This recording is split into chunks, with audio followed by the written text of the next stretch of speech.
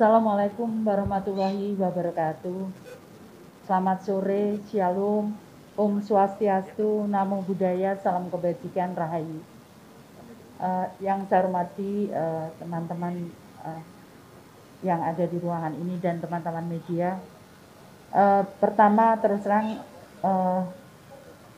saya cukup kaget meskipun sudah banyak yang membicarakan, tapi terus terang saya tidak pernah berpikir atau membayangkan menjadi menteri, karena ini kepercayaan Bapak Presiden dan Bapak Wapres, dan ini untuk saya mengabdi untuk negara, maka saya matur nuwun kepercayaannya oleh Bapak Presiden dan Bapak Wapres serta tentunya seluruh bangsa Indonesia. Yang kedua, program kami adalah yang pertama adalah perbaikan data untuk data-data penerima bantuan. Kami akan kerjasama dengan Kementerian Dalam Negeri, terutama terkait data kependudukan dan perguruan tinggi yang ada di wilayah masing-masing. Karena menurut saya akan sangat lebih baik kalau kami melibatkan perguruan tinggi juga di dalam implementasi kami di lapangan, sehingga output atau goal-nya bisa dilihat dan bisa kita lakukan evaluasi bersama dengan perguruan tinggi. Yang kedua adalah kami akan menyampaikan ke Bapak Presiden bahwa program-program kami adalah program pemberdayaan. Jadi sebagaimana diamanatkan di undang-undang bahwa yang pertama adalah kemanusiaan, keadilan, dan fakir miskin itu dan anak-anak terlantar itu di bawah tanggungan pemerintah. Karena itu kami akan perhatian terutama terhadap anak-anak terlantar, kemudian fakir miskin, itu yang akan kami prioritaskan untuk program pemberdayaannya. Jadi sehingga anak-anak kita bukan hanya menengadahkan tangan, tapi mereka bisa melakukan segala sesuatu, termasuk yang sudah kami lakukan sebelumnya adalah bagaimana meskipun mereka disabilitas, namun mereka bisa berguna dan bermanfaat. Juga anak-anak jalanan mereka bisa berguna untuk bangsa dan negara kita. Yang ketiga adalah kami akan melakukan pemberdayaan karena dengan kerjasama dengan beberapa kementerian, misalkan Kementerian Koperasi, Perdagangan, Perindustrian, karena kami akan memberdayakan kalau suaminya sudah bekerja, namun kondisinya dia masih butuh bantuan atau miskin, maka kami akan melibatkan mesin yang kedua, yaitu kaum ibu-ibunya. Kami akan bekerja sama dengan program yang sama. Tadi saya sampaikan membentuk koperasi bisa di tingkat kecamatan dan bisa di tingkat kelurahan. Kita akan lihat perkembangannya membutuhkan, karena tiap daerah itu mempunyai karakteristik yang berbeda-beda. Namun kita punya pengalaman bahwa koperasi itu sangat membantu. Kemudian juga bagaimana meningkatkan income dan mengurangi pengeluaran.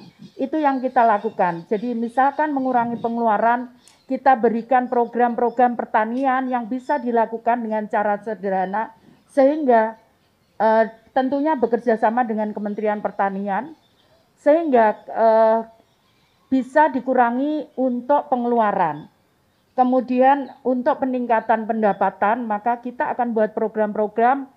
Tadi saya sampaikan bekerja sama dengan kementerian-kementerian yang lain.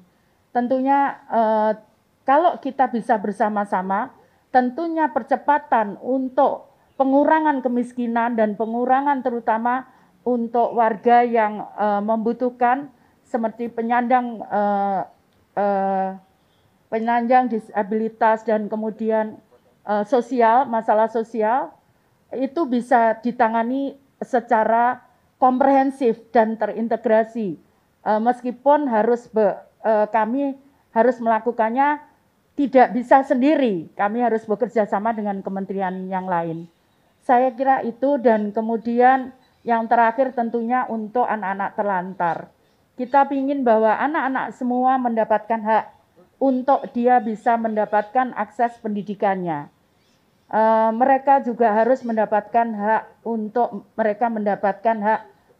kesehatannya. Karena itu kami juga akan bekerja sama dengan Kementerian Kesehatan untuk bagaimana mengelola kesehatan yang kita berikan bisa mempunyai hak untuk warga memang yang penyandang permasalahan sosial.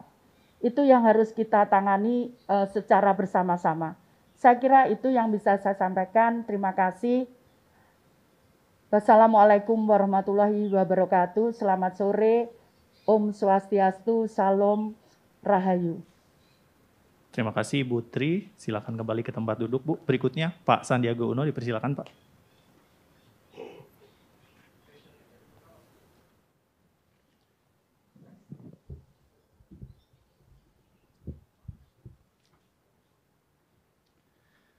Bismillahirrahmanirrahim. Assalamualaikum warahmatullahi wabarakatuh. Salam sejahtera bagi kita semua. Shalom, Om Swastiastu, Namo Buddhaya, salam kebajikan, salam sehat, salam hormat, penuh semangat. Yang saya hormati, koleha-koleha yang telah hadir pada hari ini dan rekan-rekan yang juga pada sore hari ini hadir di Istana Merdeka. Pertama-tama, saya ingin mengucapkan Hari Ibu untuk seluruh ibu di pelosok Nusantara. Termasuk Ibu Risma, ibu saya dan ibunya anak-anak saya, dan juga ibu-ibu yang ada di sini.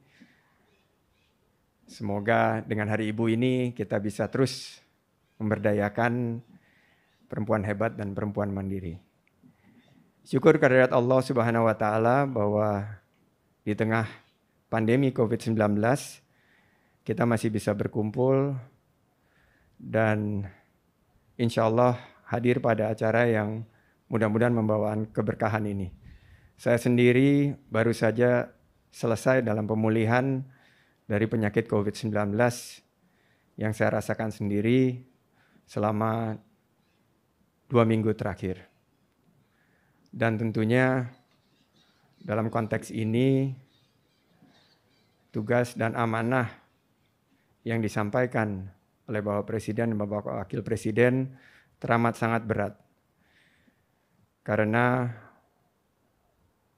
kebangkitan bangsa Indonesia untuk pulih dari COVID-19 dan melanjutkan agenda pembangunan terutama di sektor pariwisata dan ekonomi kreatif akan sangat bergantung pada pemulihan kesehatan dari sisi COVID-19 dengan upaya kita menerapkan protokol kesehatan yang ketat dan disiplin.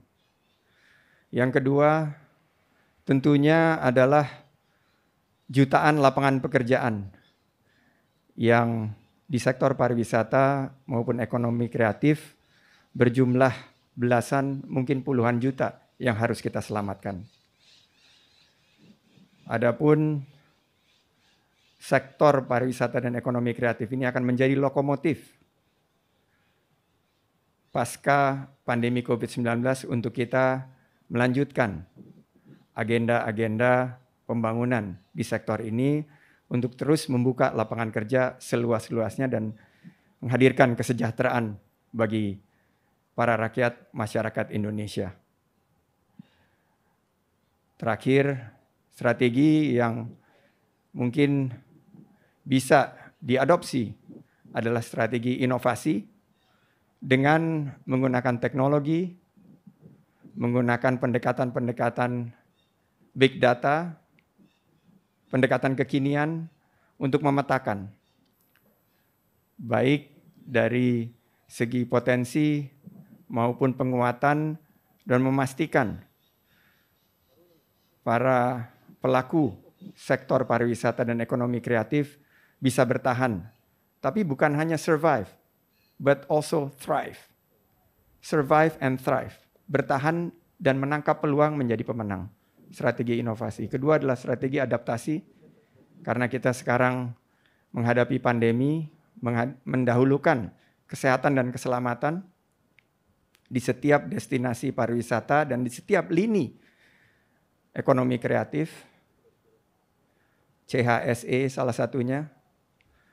Dan terakhir tentunya adalah kolaborasi. Kita akan berkolaborasi dengan semua pihak. Kementerian, lembaga, pemerintah pusat, pemerintah daerah, pemerintah provinsi, pemerintah kabupaten kota, akademisi, universitas, maupun juga masyarakat dan dunia usaha.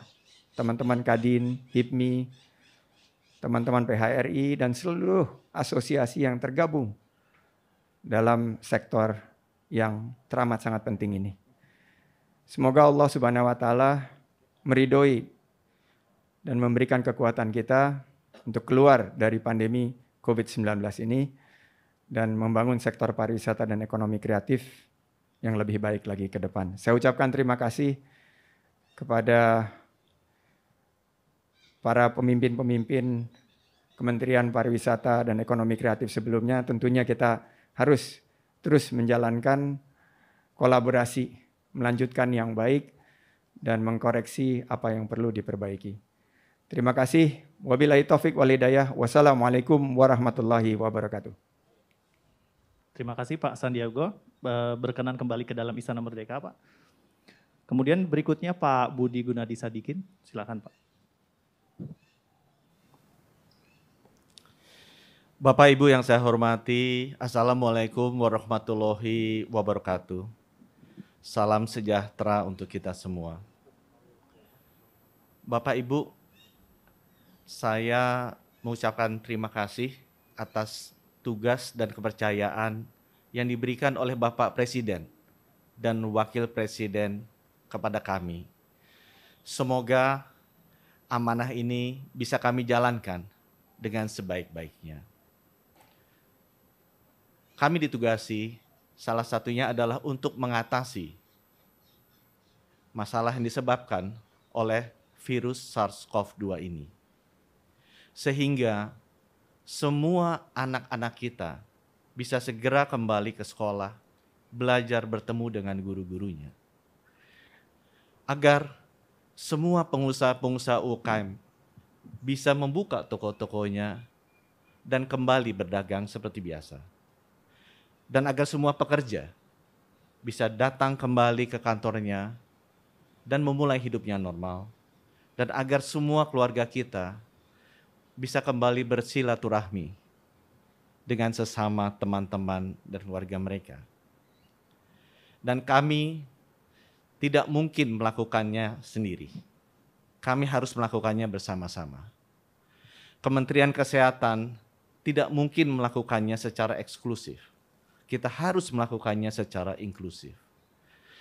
Dan kami percaya tidak cukup pemerintah membuat program-program pemerintah sendiri, tapi ini harus merupakan suatu gerakan yang dilakukan bersama-sama dengan seluruh rakyat Indonesia. Saya percaya kalau kita bersatu bersama-sama dengan asosiasi, dengan pemerintah daerah, dengan seluruh komponen bangsa yang ada, kita bisa membangun sistem layanan kesehatan publik yang kuat dan siap mengatasi masalah SARS-CoV-2 ini.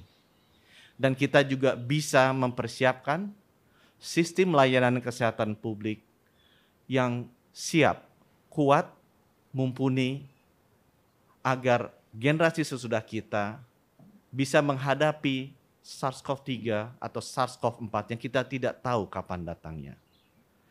Semoga Indonesia saat ini pasti lebih baik dari Indonesia masa lalu. Dan semoga Indonesia masa depan selalu lebih baik dari Indonesia masa kini. Terima kasih. Wabillahi taufik wal hidayah. Wassalamualaikum warahmatullahi wabarakatuh.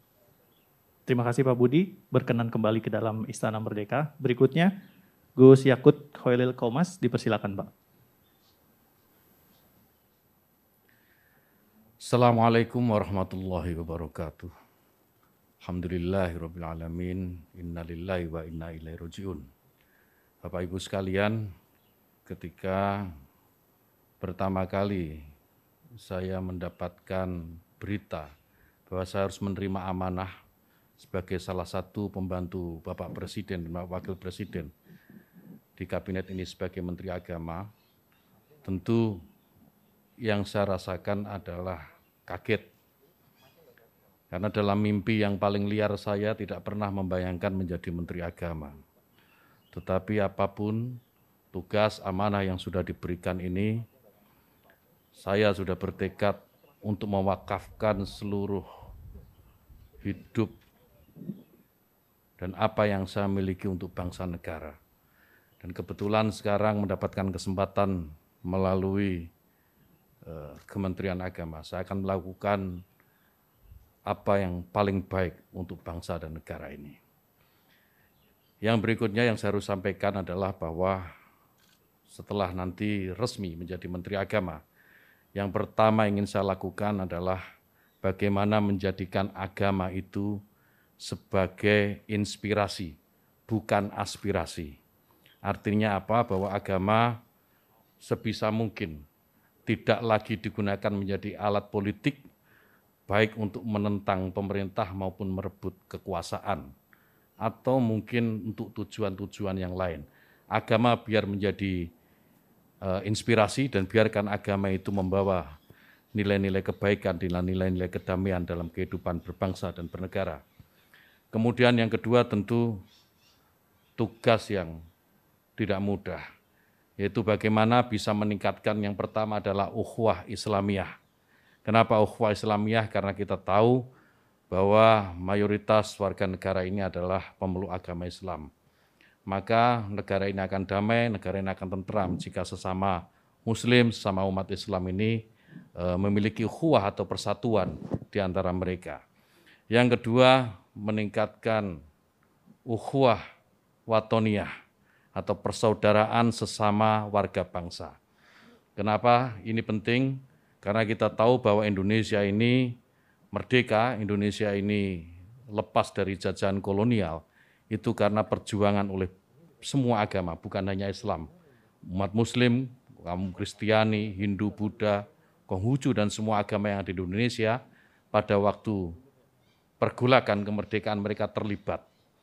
Sehingga maka penting ukhuwah watoniyah ini kemudian kita bangkitkan kembali, agar tidak ada satu kelompok pun, tidak ada satu agama pun yang mengklaim merasa paling memiliki negara ini. Semua berhak memiliki negara ini. Kemudian yang ketiga, ukhuwah basyariah, persaudaraan atau persatuan sesama umat manusia. Saya sering mengutip dalam beberapa kesempatan apa yang disampaikan sahabat Nabi, sahabat Ali karamallahu wajhah, bahwa mereka yang tidak saudara dalam iman adalah saudara dalam kemanusiaan. Ini saya kira penting untuk menjadi kesadaran bagi seluruh warga bangsa ini. Jika ini dilakukan, maka saya meyakini ke depan Indonesia ini akan jauh lebih tentram, dan pembangunan yang tadi sudah disampaikan oleh beberapa calon menteri tadi, itu akan lebih mudah untuk diwujudkan. Kemudian yang ketiga yang tidak kalah penting adalah bagaimana bisa memajukan pendidikan agama di lingkungan Kementerian Agama. Pendidikan agama apapun, termasuk tentu di dalamnya adalah pondok pesantren. Bagaimana pondok pesantren bisa didorong mandiri dan pada akhirnya akan melahirkan kader-kader terbaik bangsa, kader-kader terbaik yang bisa memberikan sumbangsih terbaiknya untuk bangsa dan negara. Saya kira demikian. Yang terakhir, mohon doa restu Bapak Ibu sekalian dan seluruh rakyat Indonesia agar amanah ini bisa saya laksanakan dengan sebaik-baiknya, istiqomah dalam kebaikan dan tentu saja membawa kemajuan bagi bangsa dan negara. Allahul muwaffiq ila aqwamit thoriq. Wassalamualaikum warahmatullahi wabarakatuh. Terima kasih Pak Gus Yakut. Berikutnya Pak Sakti Wahyu Trenggono, silakan Pak.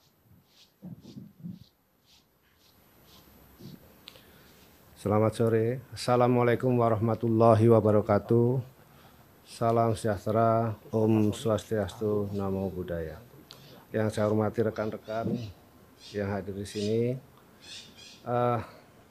Pertama saya ingin menyampaikan perasaan saya ketika saya mendapat amanah untuk dicalonkan sebagai Menteri KKP.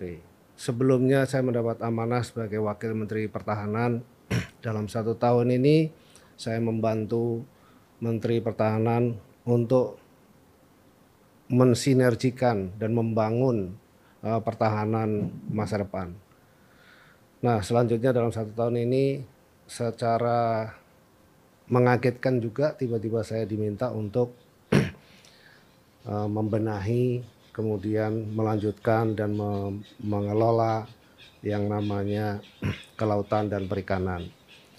Amanah ini bukan amanah yang mudah, saya kira. Saya ingin berusaha bahwa ada sebuah wilayah karunia dari Allah Subhanahu wa Ta'ala yang memiliki satu potensi yang sangat besar, yang tentunya itu bisa menjadi kesejahteraan bagi bangsa ini.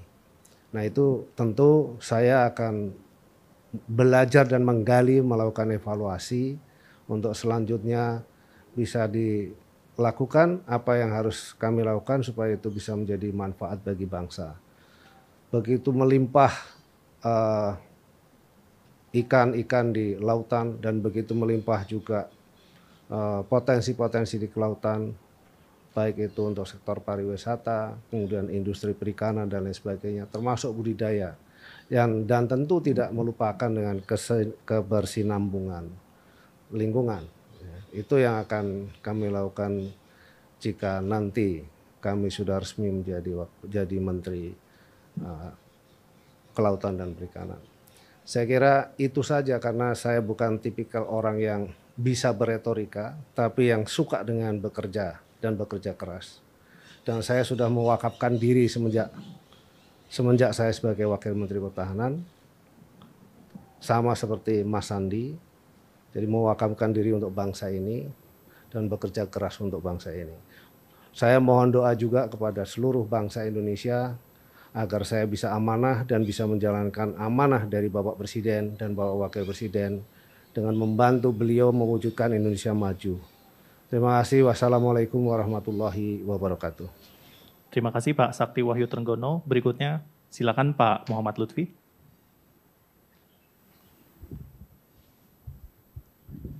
Bismillahirrahmanirrahim. Assalamualaikum warahmatullahi wabarakatuh. Selamat siang dan salam sejahtera bagi kita semua. Yang saya hormati rekan-rekan sahabat yang dipanggil oleh Bapak Presiden pada sore hari ini. Yang saya hormati Bapak dan Ibu yang hadir pada sore hari ini juga. Saya merasa terhormat sekali dan berterima kasih kepada Bapak Presiden dan Bapak Wakil Presiden atas kepercayaannya yang diberikan kepada saya. Saya berjanji akan bekerja sekuat mungkin, sepandai mungkin, secakap mungkin untuk memastikan perekonomian Indonesia akan lebih baik di masa yang akan datang. Seperti kita ketahui bahwa ekonomi dunia berada pada situasi yang sangat sulit. Beliau mempercayakan saya untuk memimpin Kementerian Perdagangan, dan Kementerian Perdagangan ini adalah sesuatu lembaga yang mekanismenya adalah memastikan bahwa arus barang berjalan dengan baik, kegiatan ekonomi berjalan dengan baik, agar kesejahteraan dapat tercipta bagi rakyat Indonesia. Pada saat yang bersamaan, saya akan berjanji, karena Menteri Perdagangan itu kalau dianalogikan sama seperti wasit bertinju. Pembeli penjualnya adalah petinjunya, dan rakyat Indonesia adalah penontonnya. Ketika wasit tidak melakukan sesuatu dengan hal yang semestinya dilakukan, penonton dan petinju-petinju ini akan melihat kecurangan ataupun kekurangan. Oleh sebab itu, saya akan berjanji menjadi transparan. Kementerian ini akan memastikan juga bahwa ekonomi Indonesia harus berjalan secara baik, secara efisien untuk mensejahterakan bangsa dan negara. Terima kasih. Wabillahi taufiq wal hidayah. Wassalamualaikum warahmatullahi wabarakatuh.